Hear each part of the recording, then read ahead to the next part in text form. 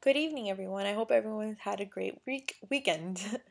This week's readings reminded me a lot of something that has happened to a family friend of ours and who worked for Miami-Dade County. I will be changing the names for privacy issues.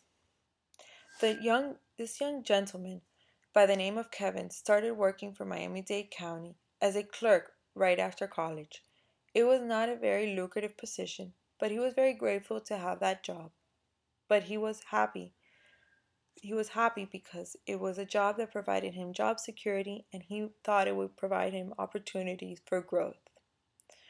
After years of doing the same job and showing the unit that he is able to do more than just clerk work, he decided to apply for a position that was going to open as the promotional position after his current position. After after the interview, that he did very well in, he found out that he was not able to get the position due to seniority. He thought that wasn't very fair. So he went to his boss, and his boss told him that he was not able to grant him the position even though he had gotten number one in the interview due to the fact that the unions were on their backs to make sure that they had given the positions to the employee who had been there more time. He did not find this fair because he thought that just because he has gone through college and he has gotten his degrees and he is well qualified for the position that was only asking 1 year of experience and preferably a bachelor's degree, and he overqualified for it and did well in the interview, he should get it. But his boss told him no, that the only reason why he was not getting it was because the other applicant had more time. He did not find that fair. And after a couple of months of thinking it through, he decided that he was going to start applying for other positions in the private sector. It actually worked out for him. He decided to go to the private sector with a job that was able to interact his knowledge for government and his knowledge as business and intertwine them as a government affairs agent. He has moved up in the company and now he has holding a very high position in the government in that organization.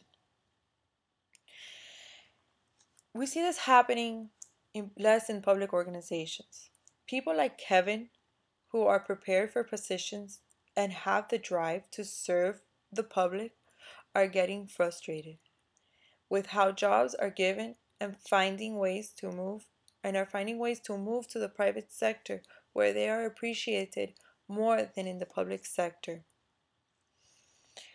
As we read this week in the article by Wood, Merit by Any Other Name, Reframing in Civil Service, First Principle, they talked about how the merit system has evolved and how it's been changing and how it's not being used today. In the period of the 60s to the 90s, he talked about how the 1978 Civil Service Reform Act, which approach was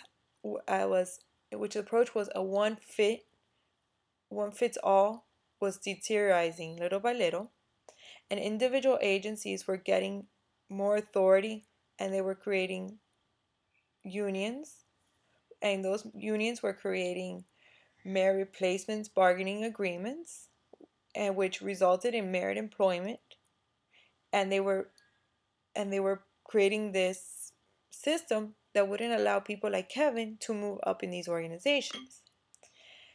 Today, it has shifted a lot.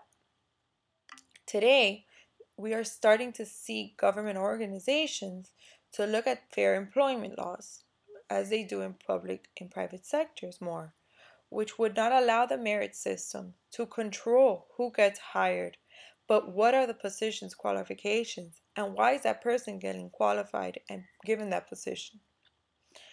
My question to you, the class, is what do you think of the merit system and what do you think about the fair employment issues that we're having today and how has it evolved over the last couple of years?